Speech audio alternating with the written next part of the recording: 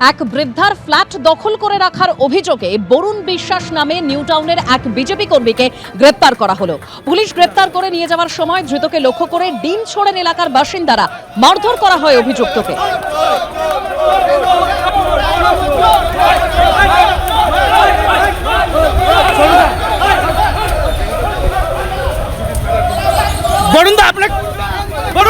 বরুণদা কেন ধরে নিয়ে যাচ্ছে?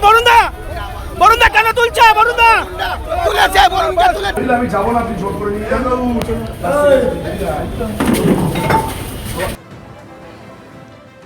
অনিতা বন্দ্যোপাধ্যায় নামে ওই বৃদ্ধার দাবি যে 2017 সালে ইস্টার্ন হাই আবাসনের ফ্ল্যাট বরুণ বিশ্বাসকে ভাড়া দেন। অভিযোগ 2 বছরের এগ্রিমেন্ট শেষ হয়ে যাওয়ার পর বারবার বলা সত্ত্বেও ভাড়াটিয়া ওঠেননি। গত 11 তারিখ নিউ টাউন থানায় অভিযোগ করেন বৃদ্ধা। গতকাল অভিযুক্তকে গ্রেপ্তার করতে আবাসনে এলে পুলিশের সঙ্গে তীব্র কথা কাটাকাটি হয় অভিযুক্তর। তারপর তাকে গ্রেপ্তার করে পুলিশ। বিচারাধীন বিষয় বলে এ নিয়ে কিছু বলতে চাননি ধৃত। বরুণদা কেন ধরে নিয়ে যাচ্ছে?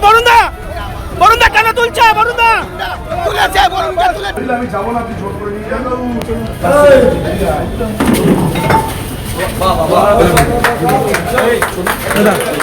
ফ্ল্যাটটা ভাড়াতে, তারপর 2018 সালে আবার রিনিউ করি।